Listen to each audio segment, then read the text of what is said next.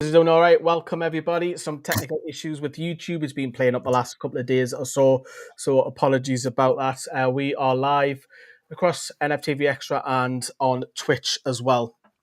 And there's some gremlins in the room, and as well as technical issues as well. I've got Josh, and I've got Joe, and I've got Dale.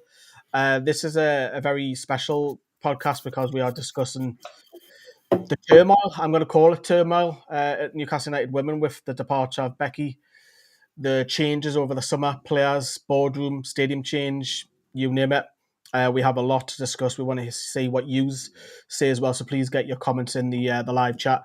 You'll see it appear on this beautiful screen on this one. So do get your comments coming in. So we'll go around the houses first. Josh, how are you? Doing good, mate. Thanks for having me. It's been a long day at work, but it's even later for you guys, so I guess I can't complain. Dale, how are you? I'm all right. Just glad to be part of this podcast with all this big discussions. It's good to see you all. Joe, he's frozen. I don't know what's going on with Joe. We'll carry on without him because he looks like he's frozen there. So Newcastle United Women then.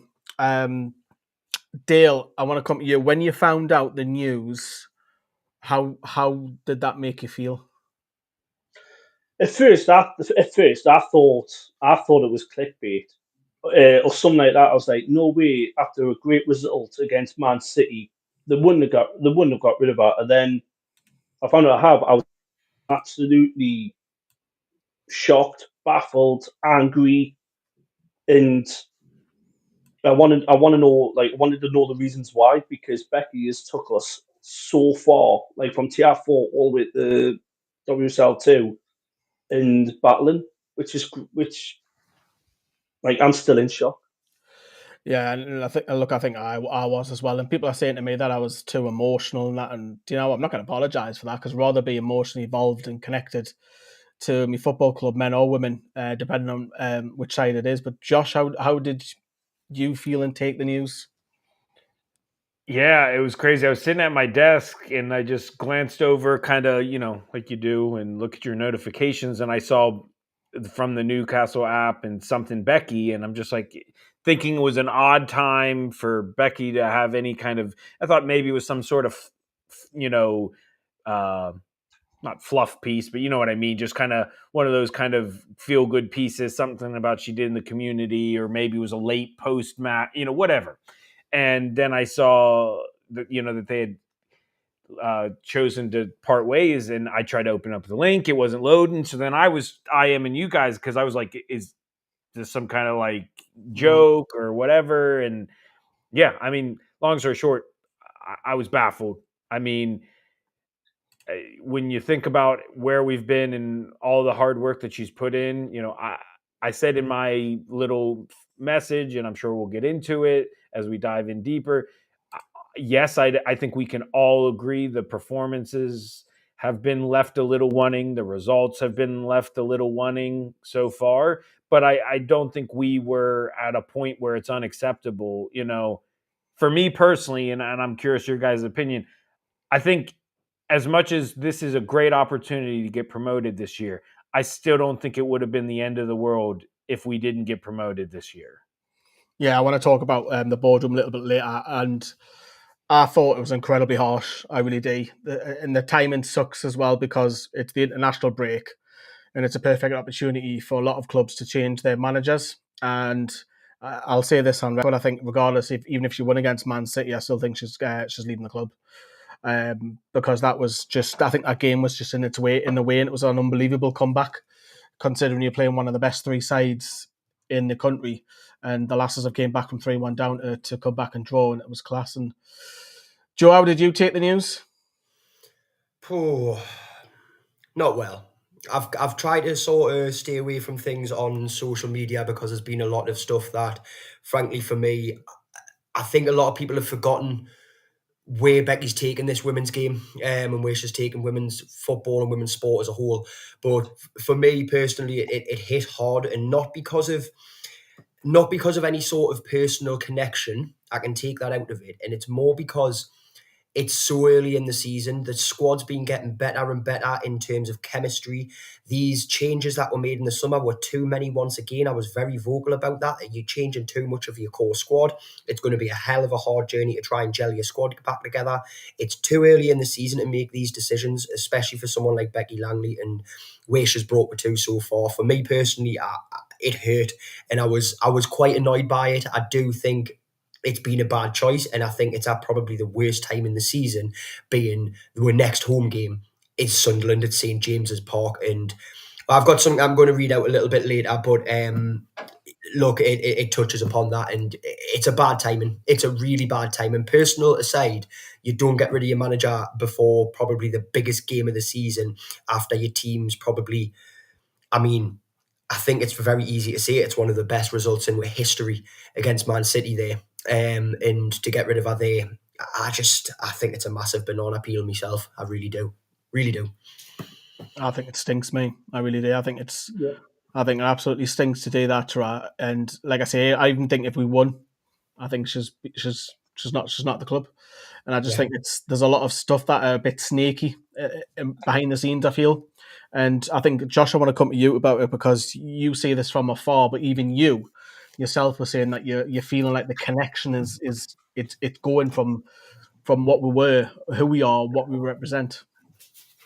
Yeah, I mean, I think step one was Amber. I mean, not to sound like a broken record, many of us have said this, but the whole Amber situation was really shocking. I mean, Amber had grown to be my new favorite. You know, I think I've said a few times my first favorite since following around the COVID time was Georgia Gibson. I really like Georgia, and so when she left, that was kind of, it made me sad seeing her not there.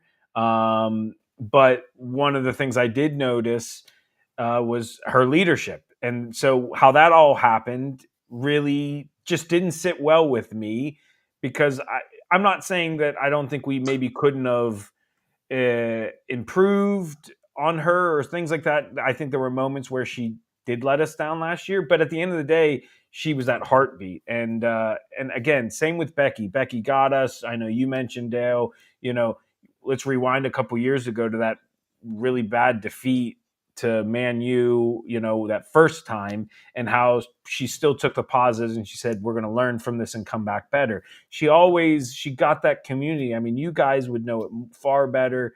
I mean, even in the fact that I've been to in my entire life 3 women's games, but at the same time, I feel so connected, and I realize how close knit that community is in only being at 3 games. We're losing that connection, and I think it's inevitable over time, but to do it so suddenly, it's almost feeling, it makes me nervous, because, you know, I listened to George Colkin on his podcast talk about, you know, and he interviewed Amanda Stavely, and what did Amanda Stavely say is the big selling point of women's football? It still has that community feel to it, like you guys love, and you guys banter about Brighton, and you banter about North Shields and things like that. That's what the Premier League has lost over time, you know, but there's obviously the pros and cons, and the women's game still has that, basically. I'll just read some of the comments out, and I'm going to ask Dale a question next. So Laura's gone out and said, I totally agree with Joe. I think the lack of clarity and transparency is worrying. I think that's since the summer, and that the women's team doesn't feel like a priority anymore. And Cosey's gone out and say, how's it too early? It's only a 22-game season, and we're almost a third of the way through the season. As for getting rid before a big game, Sunderland did it in the Premier League. Di Canio smashed us. It can happen. And Benji, who is Joe's brother, says, I really think things would be so different if Amanda Stavely was still here. As far as too soon this season to let Betty go. And Cosey's then gone and said, I'm not saying I agree with it, but football is a business and results business, so I can understand why they felt they needed to make a change. I do wonder if there's more to it, since there's no replacement yet. And longest winless run since 2019, says Kev. But talking about there with Causey, right? And one thing for me, I know you've went on saying that even if she had won the match, she would have been gone. would have gone now, 100%. I think I think personally this has been the perfect storm for the club in regardless of if you think whatever's gone on behind the scenes with any players, whatever's gone on behind the scenes with any stadium changes, leave all that out. If you want rid of the manager and you think at the start of the season we need an upgrade to this manager, you need a good reasoning that's going to either get the fans behind it or not. One of the things that I think can be said now, and this is one of the things that I think many fans should go on if they're saying that it's because of performance based. Do you then believe that there is nothing we can win this season? Because if that is a perfect reason. Okay, you have now failed to get us anywhere in this League Cup. We have a reason now where we don't think you're going to win the league. We don't think that you're going to win a trophy this season. We have no confidence in our manager. It's time for you to go. It's a perfect reasoning. Not saying I agree with it, but that's one of the reasons I think that's come, and it's why it's come after that. If we had got an extra point or two and seen that we could have done something in the League Cup, maybe she would have stayed. But I don't think it was long after that. Aye.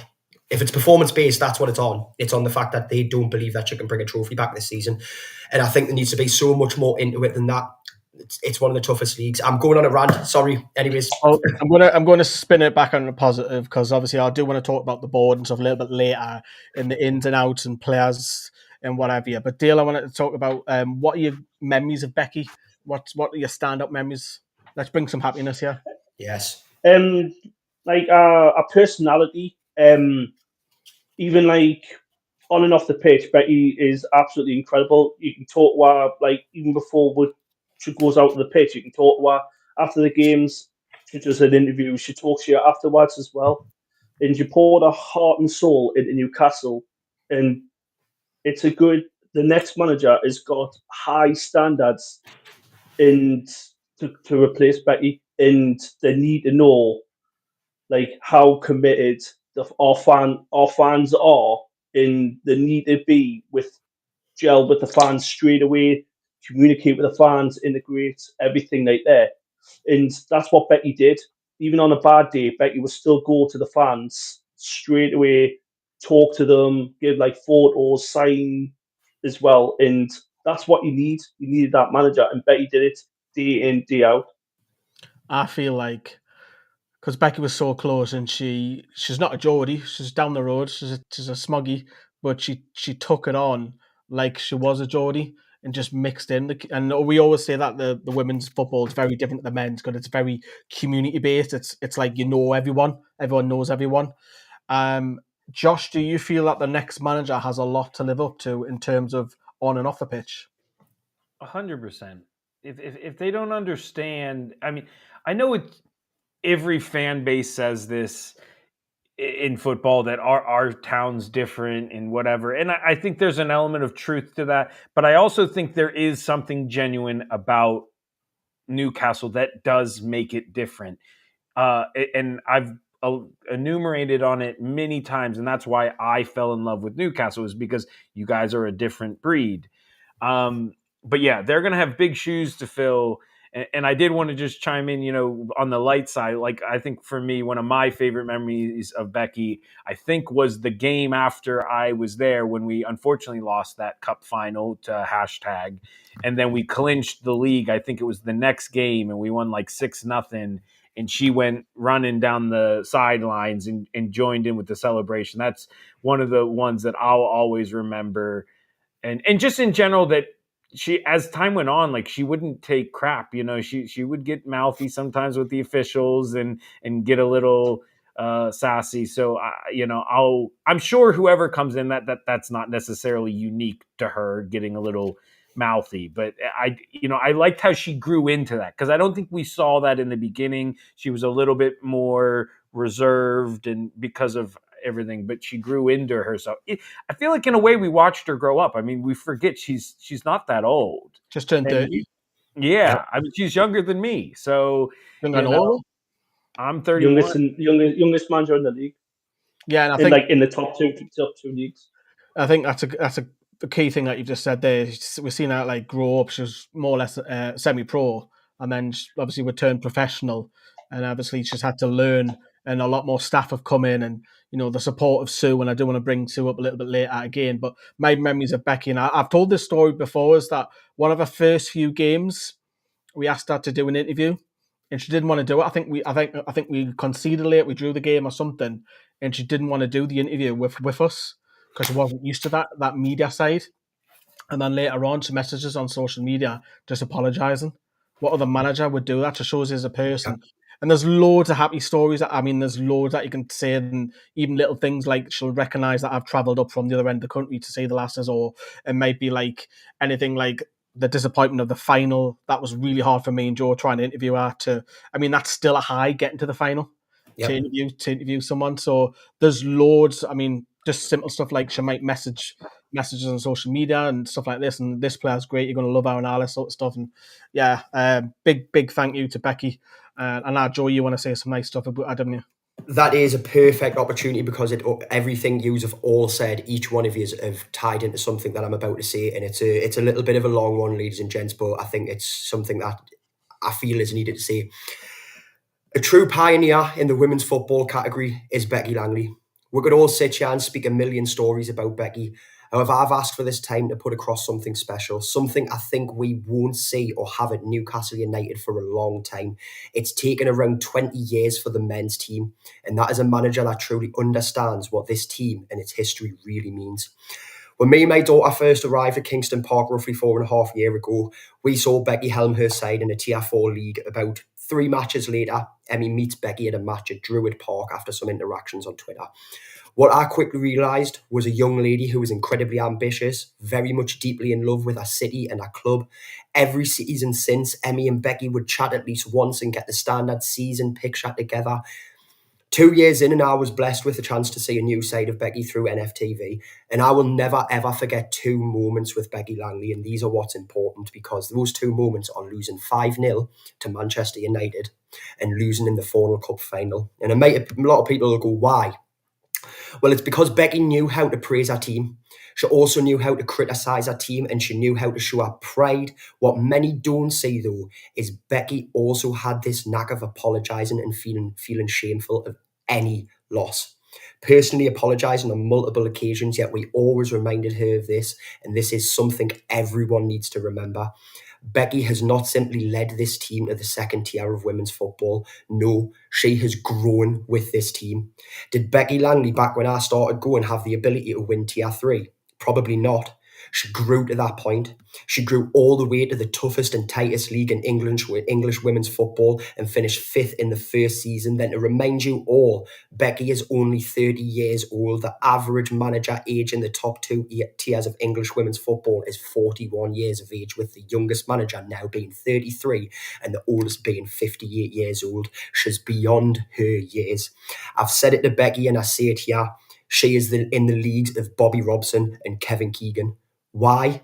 Because in years' time, my child and so many others' kids will be telling stories of the Becky Langley days and back-to-back promotions. Her legacy will truly live forever. Till another day, Becky, on behalf of all of us, thank you very, very much. And I have a perfect question, I think, to segue off of it, because you teed it up, because I wanted to ask you guys, do you think that whenever we get our eventual permanent home of Newcastle Women, that there's a Becky Langley statue? Because if there isn't, I think that's a disgrace, personally. She needs to go down in history somehow. It's just up there. You can't fault what she's brought to this team, this city, this fan base, this community. Look, people like Lee, people like Michael Corwood, Angela Brady, there's so many people. Hell, we've seen Aaron Hindhoff go from being a journalist alongside Jeff to moving up. So many people have been integral to this community, and most of them have been doing it behind with general, with leader, Becky. She needs something to commemorate what she's done here, regardless of whatever anyone might or might not think of her at this current moment in time. She's a legend of the city and of the club. It's as simple as that. And the only reason people would probably scoff at that is because of the coverage and the lack of coverage and the lack of height of women's football in this current country. And that's it. That's the only reason. Nah, some lovely words, Joe. So really well said. I just want to have a look at a couple of the live chat, and then I want to ask just the last question on Becky and her future next. And Laura says that she agrees with Benji. And has anyone noticed none of the players have thanked Becky? Maybe the players hounded to get her out. Disagree on that. I just think they've been told, not a comment, which Kev's actually just said there. I think it's a case of, look, don't mention it.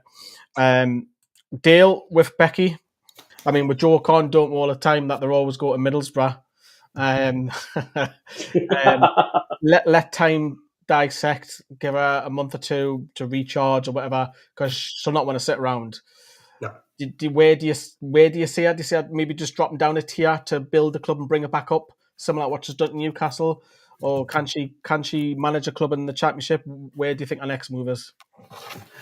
She can do it. I can't think she can manage a WSL2 team, but I think she might end up at Chesterley Street to go drop down there to go with Gibson And and Casey Elson, and then start and then work the way where she is now. That's where I think she could possibly end up. But whatever team Becky goes to next, they're going to get the same amount of love, amount of respect, loyalty. They're going to get the best. Becky will get the best out of them, and she'll get promoted and win titles. Yep. We're going to Geelong. She'll be at Middlesbrough a year's time. Just you watch. Look, so there'll be some people that are saying, look, he's all sticking up for Becky, but so we'll have to counter that and sit on the other side of the fence now. Joe, let's try and dissect where it's gone wrong. First of all, has there been too many ins and outs in terms of players? I've said it for the longest time. Secondly, whose decision is that? So, for the last 2 years, for the last 2 seasons, I would say that there's been too much of the core group of players go. I seen someone make a comment about, you get rid of Katie Barker.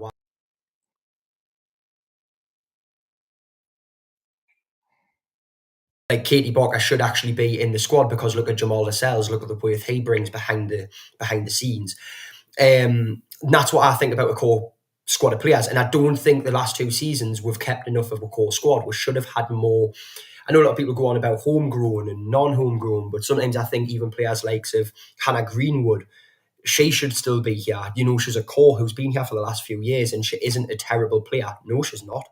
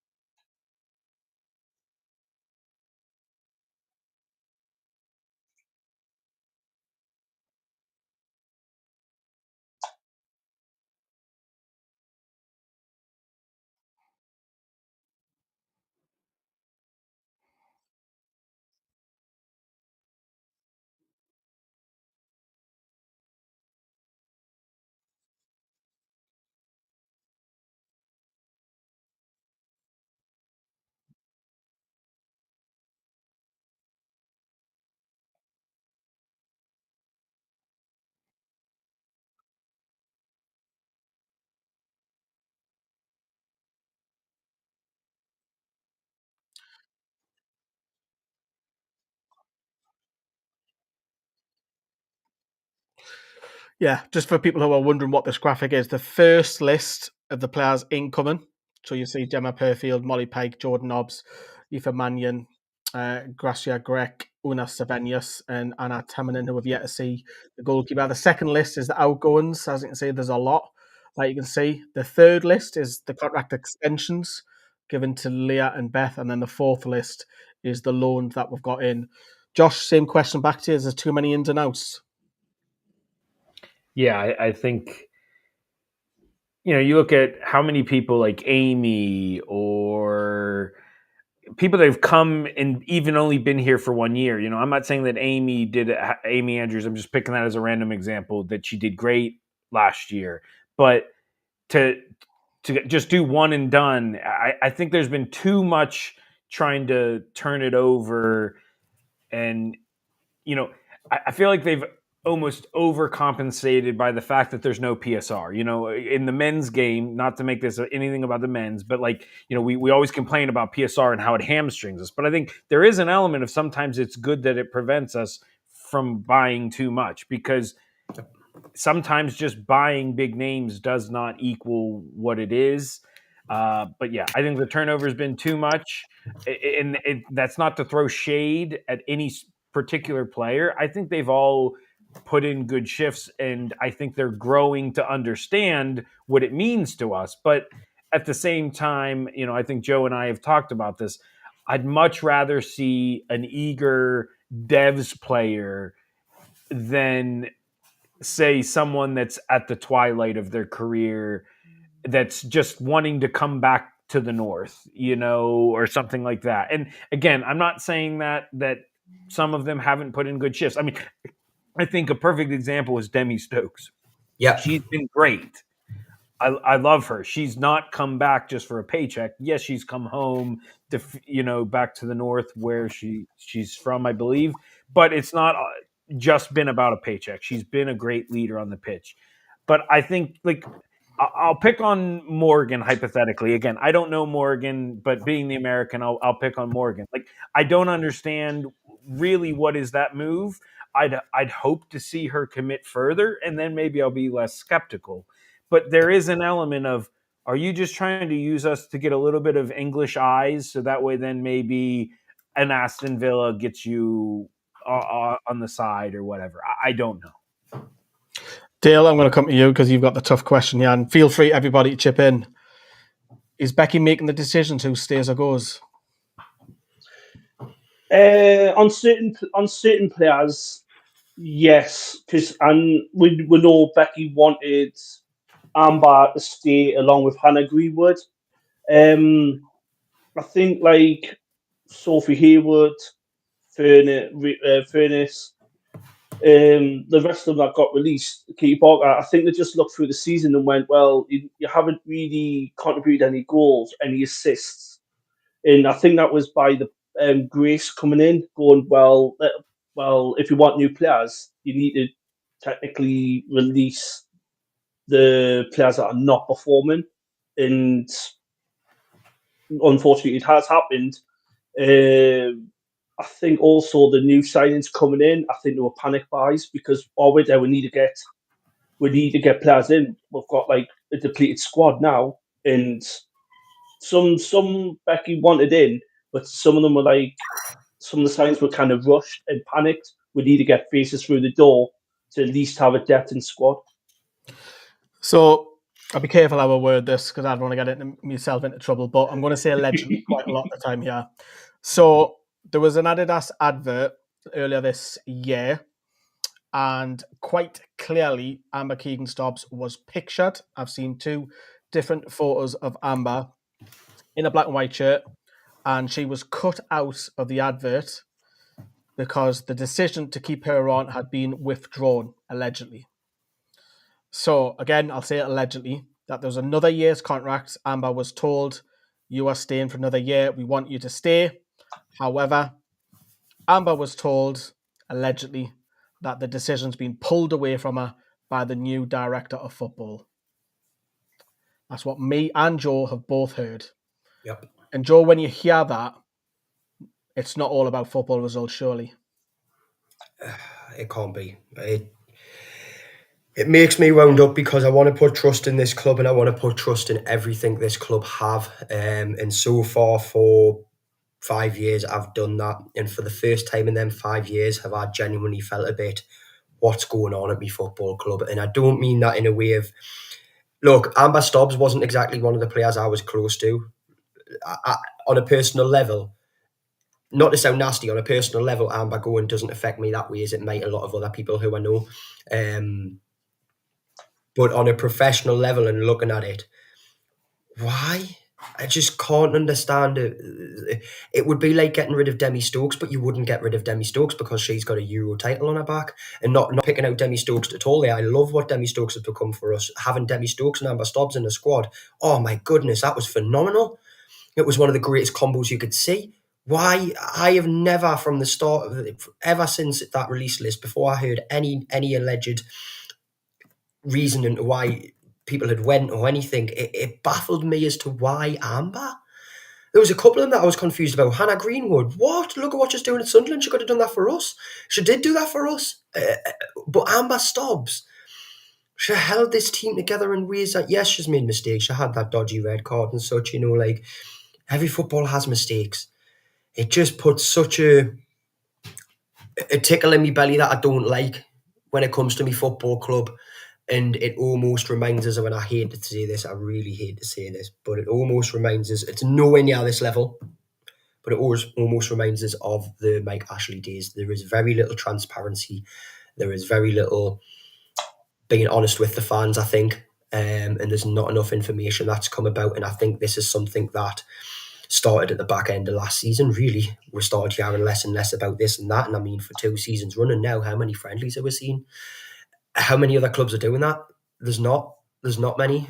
And I just don't get it. There's something that just doesn't sit well with all of this for me. And everything seems to have changed. And I would love for every part of this to be proving me wrong and someone to come and slap all the evidence in my face and to tell us it's all okay. But this seems to have been a change early in the summer, which has been the direct now football. I get it, we want to go up, but I want to do it in the right way. It's like I said at the start of the season, if I ever started seeing referees through decisions our way, like a Liverpool, I would be, speaking frankly here, I'm sorry, we never usually do this, but I would be a bit peed off if that started happening, because I want to do this right. I want to do this with honour, and I want to do this with love, the true Newcastle United way. And I don't want to hear bad stories of people getting potentially or allegedly hard done to. It's not right. So yeah, I went on a long one. No, That's no, it. I totally agree.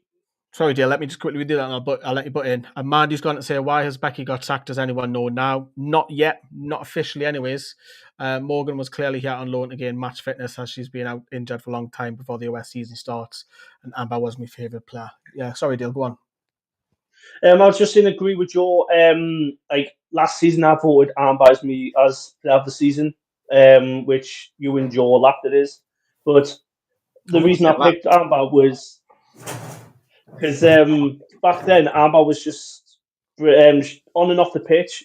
You can just see the lasses went at Amber, like Amber taught them up. Let's go, Norwich. Let's go and get a point. Let's go for the win, and it just clicked everywhere. And like what they did to Armbar, it was like disgraceful. I was thinking, why? You wouldn't do that in the The workplace. captain. Yeah, it's No. a human element, and it's not everything isn't always rosy behind the scenes. I've seen this, I've heard it from players, managers, staff, if you want to call it that, parents. Yeah, it's not a great look, and Josh, unfortunately, this has come back to you about power and stuff like this. Is it a case of that Grace Williams is just stamping authority here with her power, and she's always wanted her manager, however it be, and now we've got a new sporting director. It was a perfect opportunity because the Man City, I'll stand by it. Whatever the result was, Man City, Becky was going. Yeah. Is she hungry power? That's what I'm asking you. I definitely think Or is she under pressure to get Newcastle up? to me, the only thing that explains it, kind of rewinding to what Joe said early on, if you want to frame it and kind of like Mike had said earlier, yes, the season is not that early. We are a good chunk through the season. That was a bunch of the negativity that I was saying in our group chat about, listen, I know we love Becky, but I said after the loss last or 2 weeks ago in the league, I said promotion is already off the cards. And maybe I was being a bit impulsive, it being the frustration, but I said that in the chat. I didn't like the fact that yet again we had to save it to late to get a point at home. I didn't like that because if we're truly going to be contenders, we know how tough this league is. There's just not the runway like the Premier League, where you can go through a time of growing pains. So back to your question, I can see if there truly is a very firm push, because this year there's extra spots and it's as easy as it's ever going to get. to really try and do it this year. I can understand that.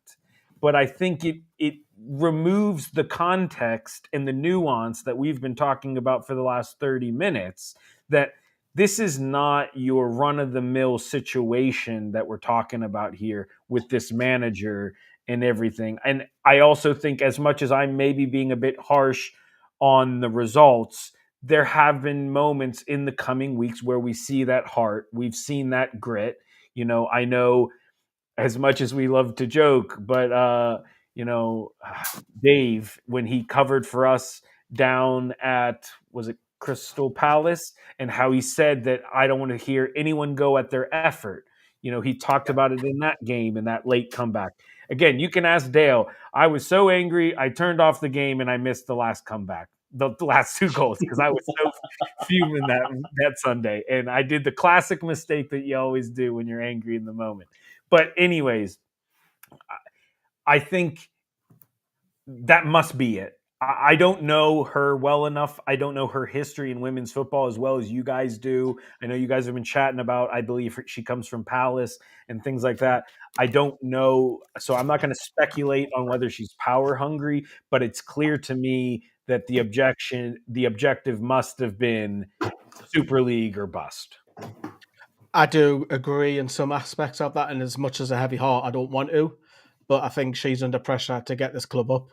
And I don't agree with the decision, because I still think that Becky deserves at least a few more games. Because, as you say, Josh, there was sign that we are coming back. There's fight in this team. The last 3 games we've come back, and you've also got to remember. I mean, we'll go through the results in the league table shortly, but we've played 3 of the top 4 sides already, and we've been beaten 2 out of 6. It's not the worst in the world. We're only 5 points off 3rd place, so they're still achievable for promotion with a little bit of a run. But going back to, because Dale, I'm going to come to you on this one. As soon as Sue come and goes, Becky's gone. Has she lost an ally? Yes, I would say definitely, because Sue and Becky, it was a great partnership. They both had visions of Newcastle being in the WSL, and you could see what Becky and Sue were like every match we were seeing on the full time. In the half time, they were always chatting. They were always just, I don't know what they were saying, but the deep discussions, what all emotions, what's going forward, what we're going to do next, where do you want to go, what's the kind of basically like where do you want to, where we want to be. And since Sue, like, I still think that's a power play by Grace. Once Sue's gone, that's gone. She's in full control. Straight away, first thing is, the results not going there. Becky, scapegoat, bang. She's gone. I'm going to look for my manager, because I think she is under pressure, because the the board will want to go straight into WSL and make more money from it. Yeah, do keep your likes coming in. Drop us a like. Get your comments coming in. I'll read some of these out. I'm going to ask Joe a question. Do you think they've lost interest in the women's team? No. Strongly disagree. They want to get in the WSL to make money for the men. I'll come to that later on the show. 3 wins out of 13. Yeah, it's poor run of form. Can't disagree if you're on that, Kev. And 2 of them were against a poor Blackburn side. And the backing over the summer hasn't represented results. Agree on that side. However, who's making the call for those signings? That's what I want to ask. And Cosey's gone to sales for Amber. She was my player of the season. She's older than Nobbs, though what was the case of one or the other. I do think he could have played both, but we have to move on now. She's also barely played for Durham, and she's not played so much. She's injured, and Keith's gone to say, I felt like the performance against Man City could have been the turning point for Newcastle. I can understand the decision, but I feel like Becky deserved better after the last 6 years. I do agree. I think we all agree on that, Keith. Reet, Joe. Yep. Sue Cummins still here. Is Becky Langley still here, if that is the case? Yes. And I think it's based on something that I want to, it sort of goes back to a couple of the comments that have been made there. One thing that I think constantly gets forgotten about this league. This league is the toughest and tightest league in the entire English women's football. Not. I don't want to hear that. The WSL's got Chelsea, Man City. So what? It's a 2 or 3 team.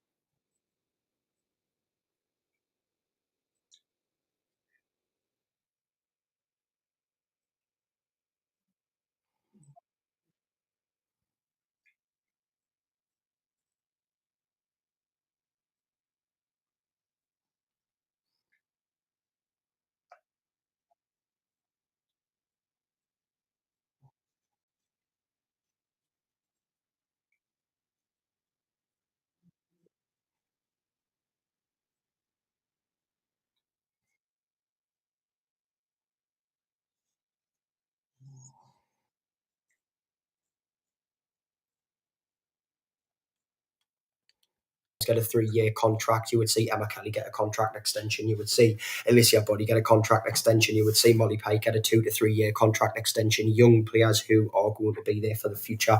That is one of the glaring issues that I think has happened, is given big names, big contracts. I get it. They bring a lot of power and a lot of profile to the club, but I don't want profile. I want wins, and I want players who are going to grow. I want a manager who's going to grow, and I want a club that is going to grow. I don't just want to go, right, boom, I've just put the all money cheat on into my LMA manager and I'm now going to win everything because I'm going to buy everything. This is not a game. This is something about growing and learning and getting there through merit, not profile and cash. So yeah, that's a lot there to answer that question. I've got a hell of a lot of serious stuff going on the night with this stuff. I've been keeping so quiet the last few days about so much because it's just, this is for me, there's so much arguing about, people are, because of player favourites, people just need to get over the fact that we need to move forward, etc., etc. Like, I think there's so much more to that. There's so much deeper things you've got to think about, and it's not just about player favourites, or some people want to stay in the glory days and some people want to move on and be winning the Super League. Like, I never predicted us to win this league this season. I never predicted us to go up, even with the extra plays. I did not see it happening because of the amount of changes that were made in the summer. It was a bad choice, and we were not going up based off that. Call me a loose fan if you want, but I just didn't want to get my hopes up. And if I was proven wrong, I would have ate me hat and me t-shirt all in one. Like, simple as that. Like, I would have been happy to be wrong, just like I have been about like Debbie Stokes. I'm happy to be wrong because it's a good wrong. But you know, I don't know. I've got. I'm so easy to rant and trigger tonight. So yeah, Triggered. Look, it's a passion because it was a shock to us. Of course, it was. Obviously, Becky's first promotion, another promotion, first in the league, and people forget that for promoted side, we finished 5th last season. Boom. And you know, I'll come to the. We're only a couple points away from easily being in the top 2. Yeah, Josh, I'm going to come to you. What would be, obviously, I'll talk about Claire Ditchburn and Peter Ramage later, but what would soften the blow a little bit? Would it help if Grace come out and, I don't know, explain the decision? Or, because you mentioned that the statement was very, very brief. There's literally, I'll bring it on screen when you answer it. It's very, very brief. There's not a lot into it. And it's kind of like, well, there's not many answers. There's questions from it. Do you think, because Sue was very much a person that will, "Hiya, how are you? How's the kids? Yada yada." She'll go around. I'm not asking Grace to do that, of course not. But it feels like to me that she's being sneaky. I'm gonna say it. It feels like she's hiding behind the statement, and that she's hiding behind the profile of what she is. She needs to come in front of that and speak to the fans. I think that would go a long way with her relationship with the supporters. 100%. It's a new relationship. And again, I don't want to presuppose malice on such a short track record. Obviously, we've already stated some of the arguments of why that could be the case and things like that. But I think getting out and explaining it would go a massively long way to helping build that trust. Because listen, I think we're all in agreement. Sometimes tough decisions have to be made. Eventually, unless you are Sir Alex Ferguson, you will get let go. You will leave, whatever. You will eventually hit that rough patch, even if you're a legend at a club. There's very few people that have never left the club from start to finish. And as much as we love Becky and all those things, eventually she probably would have had to move on.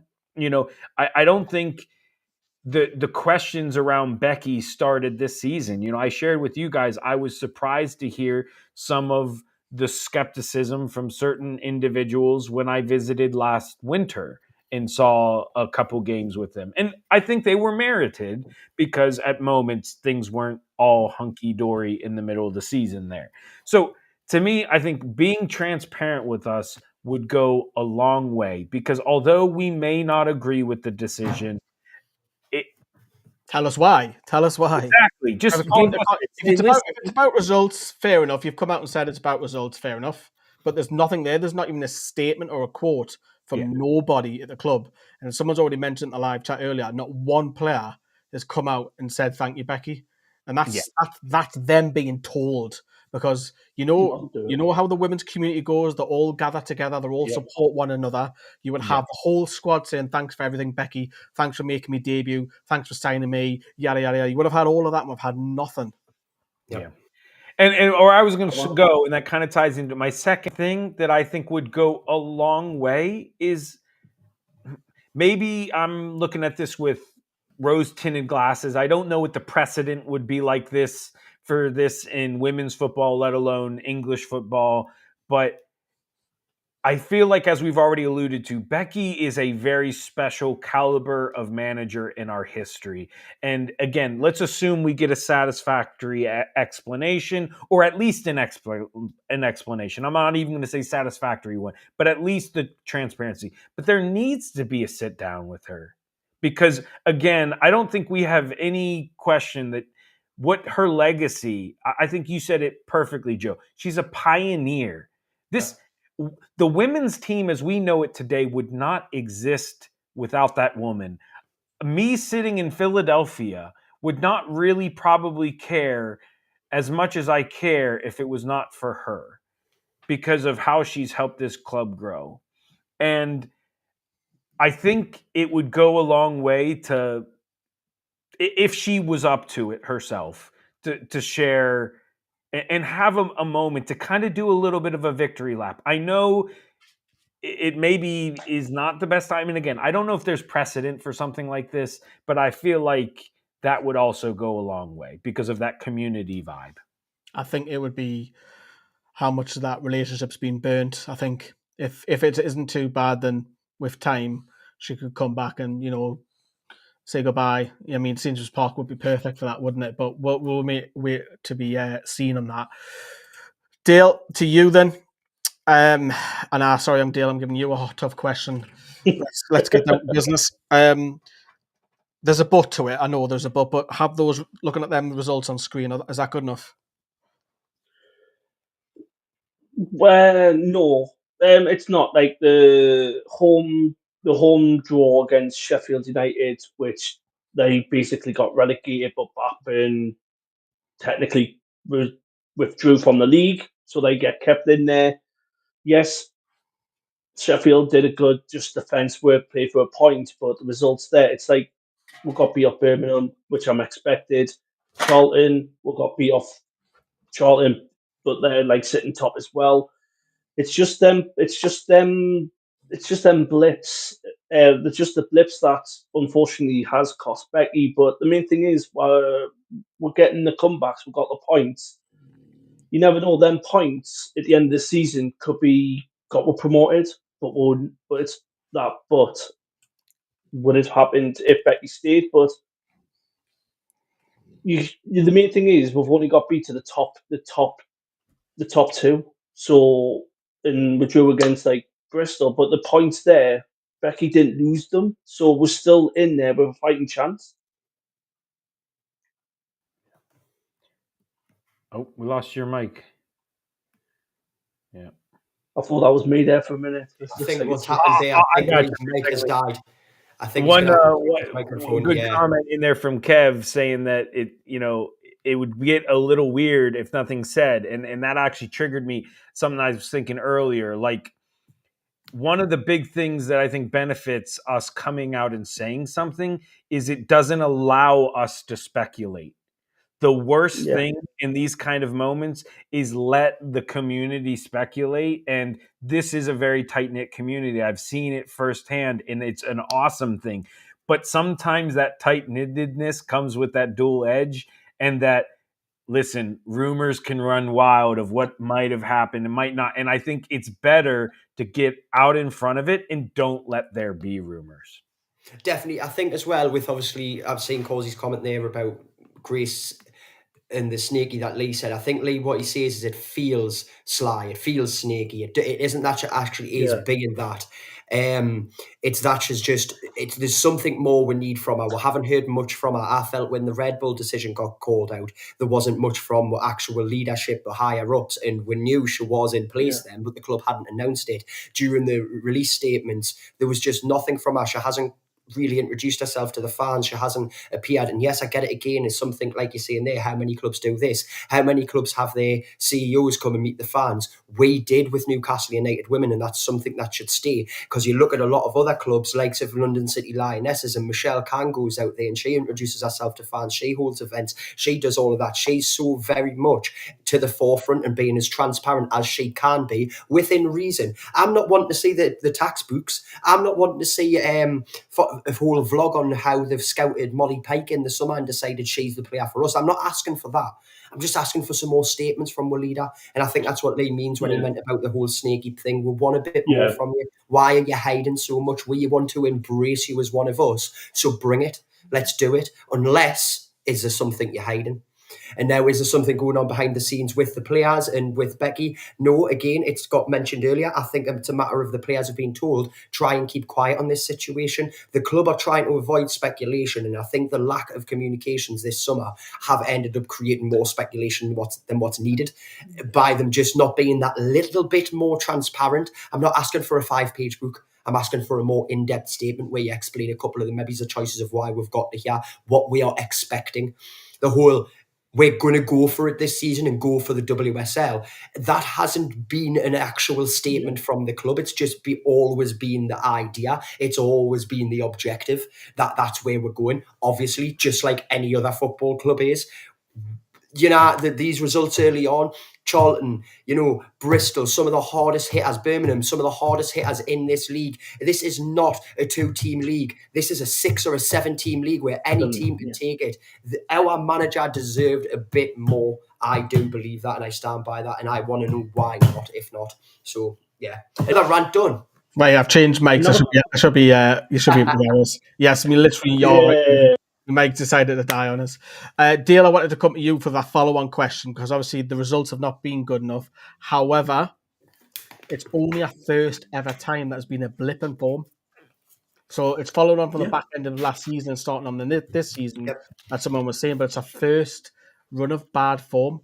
If another manager comes in, we'll have a bit of bad form as well. Is that manager going to go? Sack them too. Yeah, that's what I'm thinking. Because like when I say it, since Becky's gone now, we're basically back to square one. So how long are you going to give this manager time to gel with the players? Then the manager's going to come in. It's not going to turn around and go, oh well, this is my favorite. This is my favorite starting 11. This is my team. It's going to take probably about a season and a half. Or even more, because once the manager comes in, doesn't like the players we've got now, all of a sudden they're going out the door. New players are going to come in. It's more time to gel. So it's at the minute. I don't want to sound negative or anything. At the minute, it's like, are the board actually thinking stay in the league at the minute? I think they want to get in the WSL because I think that's what the drive is. I think people who don't watch women's football should still want the Newcastle United women to do well because it helps them out. Because if they get in the WSL, they get in the Champions League, it's income for the pot, which you can go out and spend. You can spend as much as you like on the women. It doesn't affect your PSR. So naturally, every Newcastle fan, regardless if you don't like the women or not, should be wanting that to happen because that's money for the men. And I think that's also where it gets blindsided. Like a lot of our women's football community only see the progression of the women. There's a whole other story behind that because the story behind it is PSR. The club want them in that top division to help the men out. As well as the women, there's two, but that's the story behind it. And now I'm kind of on a tangent, But manager then, is anyone that you would like to see next? Or if you don't have a name, the caliber, because they're going to go big, surely. They're going to go with someone that's, Josh, I'll come to you on this. Surely they're going to come to someone who's got the experience, because that's what some fans are saying, that, Becky's taking us as far as we can go. She's done great for us, but she's not the manager to take her to that next level. I still feel that she still needed a few more games, but do the club now look and say, right, we're going to get someone who's either got experience of doing that or a big name? To me, if anything's an indication of kind of the player signings, they're going to go for someone who carries a name. And to be honest, I think it's the only possible appointment you could. And as you said, I'm not going to put out names because I'll be the first to admit I'm quite Newcastle Women centric. I know about who we're in the league with, and I'll know a little bit of bits, but like I'm not so in depth of my knowledge of knowing who would be a good name there. But to me, it has, I think the only thing that would make sense is if you bring in someone with a big name, and it needs to be quick. We can't sit here with an interim manager because again, the same thing comes back to all this. If we don't have time to wait for her to work through things, then how do we have time to sit there and give an interim a couple games before then you bring in who you think is going to fix it? So to me, that will be another big thing in this, that like there better be someone. I mean, I guess at this point, maybe you can say we won't have someone for Sunderland because is that not this weekend, but the following weekend? No, it's still a while 3 off. games. Yeah. We've got Ipswich, Durham. Then we've got Or Sunderland. not Sunderland. Sorry, our next game. For some reason, I was thinking Sunderland was our next game. Our next game is in 2 weekends, right? Next weekend coming up. Yeah. So it's the same day we clash with West Ham away for the men.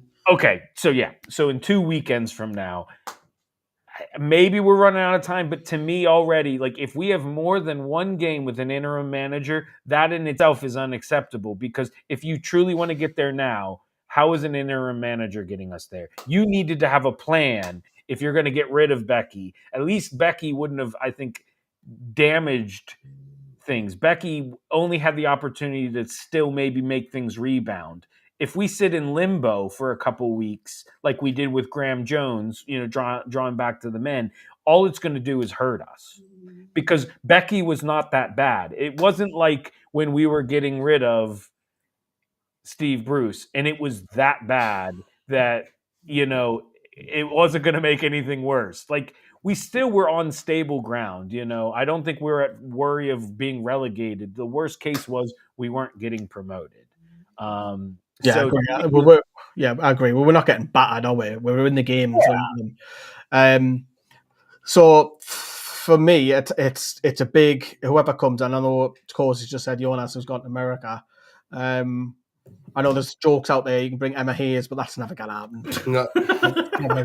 never gonna happen. I've even seen Mel Ray being mentioned, the Sunderland manager, because she's Alan Shearer's full cousin, and she's obviously played for Newcastle Women. So.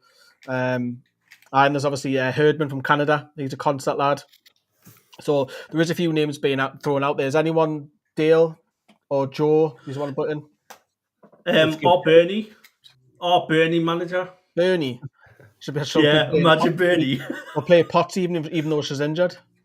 There is one name which I would love to see back would be Andy Cook. Would you? Yeah. Why? Well, we'll watch the training session, and he was like intense, like he was like proper, like good at it. Do you think the board will want someone who hasn't got that? I don't think they'll go that. I think they'll want someone who's done it. Yeah, they want a big name. Like I wouldn't mind like Skinner. I think like he'd be a great manager. But that's the question, though. Are the board going to go for a male manager or female manager? Again, that's might change the dynamics a little bit, potentially. I would say Crystal Palace's manager. That's what I think is our new. It's going to be our new manager. I don't know why I said this. I think Grace is just going to put her power down, and it's going to be her staff on Crystal Palace is going to end up being at Newcastle. Go on, then, Joe. You're ready. So you've said two of the people who I was going to say, Lee. We've already discussed Kaminsky and the reasons why we think it'll be Kaminsky as well. Maybe it's because of being close pals with someone else. However, I want to throw another name in the hat because I said Andy Cook, and I think the reason that we don't get Andy Cook is not because of he hasn't got the experience going up. It's because he's too busy with his project at Norwich right now and he wants to bring them up to a place. So I don't think we get Andy Cook. There's two names I want to say. And one of them is extremely experienced, but has been out of work since 2016, although she has a Youth Women's World Cup under her belt, and that is Sylvia Naid. She is a former German women's football manager. She has a decent record behind her, and she has also been tied to a few different clubs that we have had dealings with, such as Hammarby, which we've already got people from Hammarby. And then the last one I want to put into the hat, who has success with another youth team in England, England's youth team, and she has currently went away to assist management in the Canadian men's team. And I think Lee knows who I'm talking about here. And I don't see her, not for that reason, actually, though. I was thinking about this the other night. She would be a good one who, if the board want, this is me thinking with a lot of promise and a lot of hope. If the board want to bring someone in who knows the team, who knows what it means to the region, if they also want to bring someone in who's got football and managerial experience at a different level to the leagues, she has all of these and she has success on multiple levels. Natalie Henderson. I do genuinely think it could be a person whose name is in the hat. And if it does end up being Natalie Henderson, let's just go to the personal side of it. NE28 on top, Walls End for life. But anyways, I don't want to be that excited about a new manager. Not yet. NE21, see, NE21. NE28 on top, man, boys. Come on, what are you saying, boys? What are you saying? But yeah, I reckon Sylvia Need would be a real dream, and so would Natalie Henderson. But I've got to put my bets on Kaminsky. But there's 4 names. I've got another name, and I know this is a long shot. I don't know what he's doing now. What about Phil Neville? I know he was manager of England. Why don't we get him thrown in the mix? Look, I think whoever comes in, I think Cozy said it earlier in the chat, we've got to support them as much as it hurts. As much as it hurts, Becky, I think as soon as he's there, he or she, they've got a lot. Look, Newcastle is an exciting project. They're one of the big fish now in the Championship. You've got a brand new training facility, which is just taken over Cochrane Park. Slight negative. I didn't agree on the season ticket holders changing to Gateshead International. That was sly. Wrong. Again, I'd love to know whose decision that was, because they should have been informed first. Yep. And then we're all going to move. But having said that, Gateshead International does feel a little bit like home, but the running track's off. Can I just add to that as well? Can I just add to this as well about the season ticket? If they were not going to inform the season ticket holders of the change until we'd actually started paying for a season ticket, what they should have been doing is being a lot more accommodating when it comes to refunding people's season tickets, because there has been some issues there. There's still issues now with scanning the QR code, like Dave. I can't get in. Can't get in. Won't scan. But I will second that Gateshead feels very homely. They've done a hell of a lot. The club will praise that. I will praise that massively. But I think they even changed the colour of the rails down the bottom. It used to be yellow, now it's now black. So it's kind of like makes it like a lot more better. So Claire Ditchburn is taking temporary charge. I will get the graphic up because I've forgot to bring that up. But Peter Ramage is a bit of a left field one, isn't it? Isn't it, Josh? Yeah. I was going to say, if we're talking wild shouts, I mean, we've all wanted Jose. Maybe Jose Mourinho wants to end his career being a women's coach. Make his way over. Jeez. Be the little magpie finally. But obviously, you can see some of the live chat there. Lee's the Arsenal manager, still at the job. He's top manager, won the WSL. Yeah, that's Jonas, that Cozy was on about earlier. He's gone over to America, I believe. So, I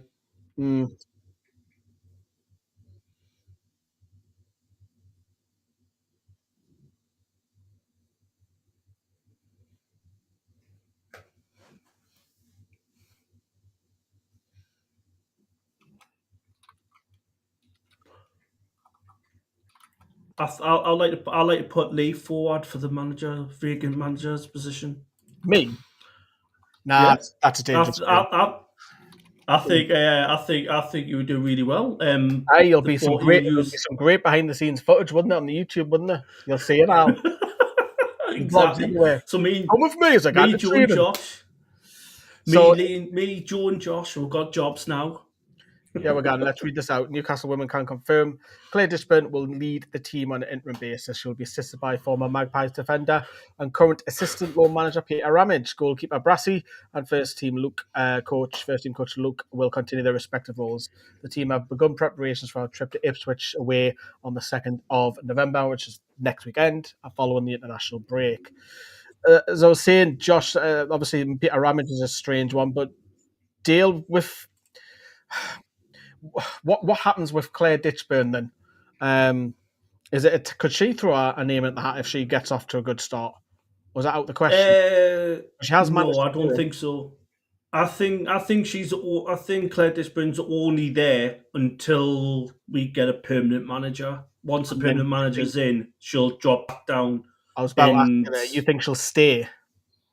yeah, she'll stay. She'll just go back to her normal duties, what she was doing before. Because can I raise a question that I'm certain this was the case? Wasn't Claire Ditchburn only on a part-time contract because of having a kid and all that stuff? She wants to focus on her family. Well done, great, love that, Claire, love that work-life balance. So she can't really be the manager because that is more than a full-time role. So where does she go? What it does happen to her? That's something that I've been really. That's something as well. Brassy as well, obviously helping out. They're taking him. Peter Ramage is a bit of a left field one.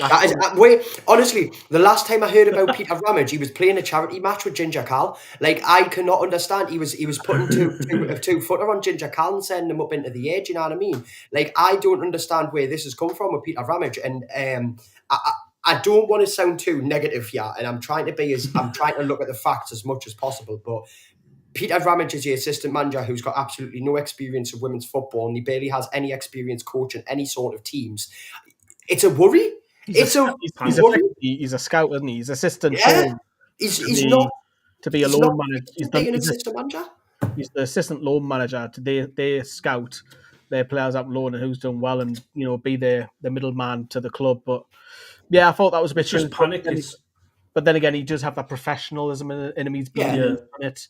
He's definitely the most high profile coach there, even though he's not a coach. Weirdly, he's the most high profile name in the game. That is, which brings us to something. But this is what brings us to a point that I've been looking at a lot through the summer as well with the signings. Is a lot of the clubs push because LCL done it, London City Lionesses done it, and it worked well for them. Yeah. And I don't think it's working well for us if this is the push. Is the push on raising with profile? Well, you've seen it has because we moved to Gateshead. That's ready for the WSL. That's what we moved there. You've seen the right signs of Joe Nobbs. Jordan Nobbs, Capped England, Jemmy. Fernie. Yeah. You look at Morgan Gotrash. She's a double World Cup winner. That's incredible.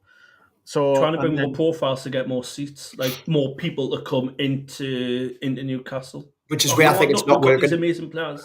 You look at the staff. It's not. The staff's gone from like 10 to 50 or something like that. Yeah, which is great. They've got analysts sitting in the stand and all sorts now, and they've gone pro. So, yeah, they are raising the profile. It's accelerating so quick, and unfortunately, Becky's a casualty of that.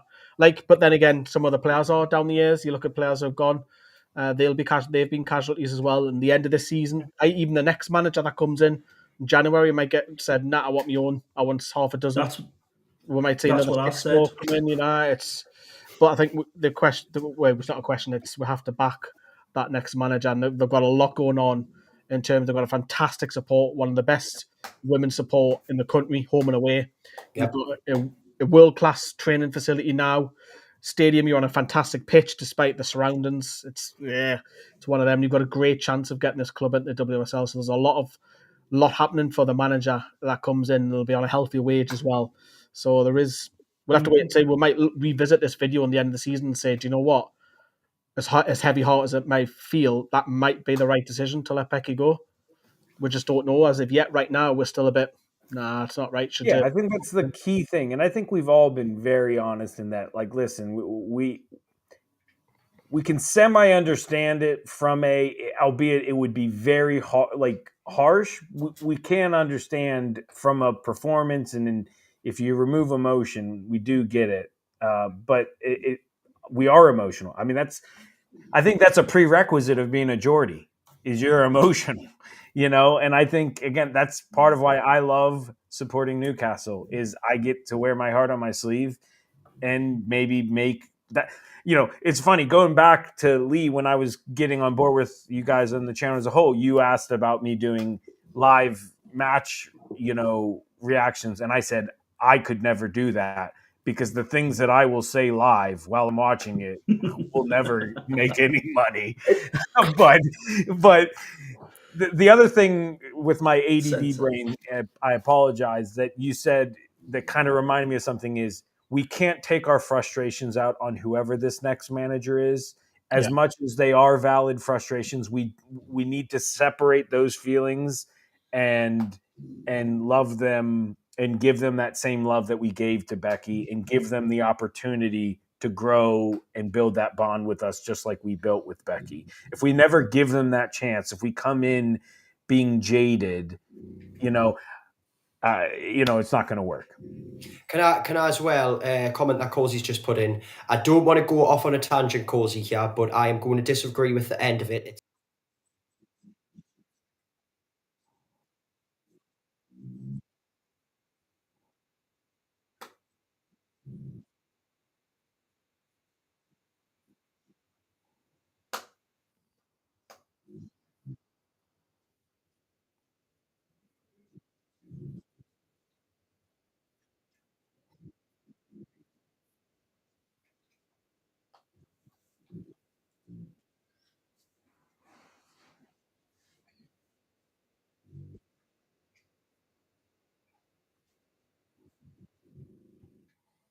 and it needs to be seen as so. As every time the graphic, I didn't hear what you said, Joe. As every time a graphic goes, I'm sorry, Lee. I was trying to check. I think he's not in studio for the share screens, because every time he share screens or whatever, he goes. Just to quickly rehash, Cosey, I basically said there's some of those pointers where, although many people would disagree they were the right choices, I have now come to terms with them, and I think they are good choices and they work. However, I see them as investments, and investments take time to pay dividends. We are not getting promoted this season. I said that from the start of the season, and I don't think it happens next season with a new manager being brought in. I think Becky would have got promoted in her third year at the club. I think that is a high potential, and if she didn't get promoted by the end of her third year, then she has to go. However, I see why she could have went at the end of this season as well. Investments take time to pay off dividends. The price of success currently, the positives are not outweighing the negatives. They are not. I'm sorry, but they're not. If they were, we'd have a lot more wins and points on the board.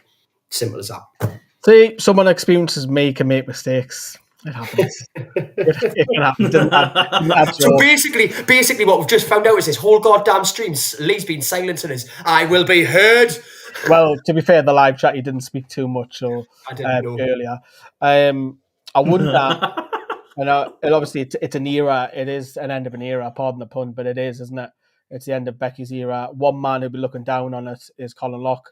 And I wonder what he thinks of all of this, because I don't think Colin would be too pleased. But I think Colin would understand that we have to move on as a football club, because we're going on to bigger and hopefully better things in the near future when we get into the WSL. So if you listen on audio, you know what to do. 5-star it. That'll be wonderful. Get us found on the Newcastle United Women's podcast. And this is just, we might do these more often now that winter's starting to approach. We did it last season where we're just doing them virtually. And it gets more people on, so it's not just one or two people. Before we sign out, with you mentioning like there at the end, Colin wouldn't be happy with some of the stuff, but he would understand. I think at the end of it, and I'm going to share a tiny little thing that Becky said to me the other night when I messaged her, and she said, "Back the lasses." Yeah. Continue to back the lasses. And there was something else long that I wrote, and I'm not going to read the whole thing because we've covered most of it, but I think as a collective, we need to come together better. We're here for the same reason, the success of our team. Whether you attended and missed the old days or that you didn't, we all won 3 points in Newcastle on the top right. I think we need to remember we all have different opinions and we can't let them get to us too much, myself included. We have fell victim to this, and so I ask, the next home game, at minute 5, we should all begin chanting, "There's only one Becky Langley." I don't care your opinion. What I care is she has brought us to this. She has brought us to where we are, and for that she deserves us all united going forward, backing the lasses through thick and through thin. Howie the lasses. And on that, we shall love yous and leave yous. We'll see yous very soon here on Newcastle United Women's Podcast.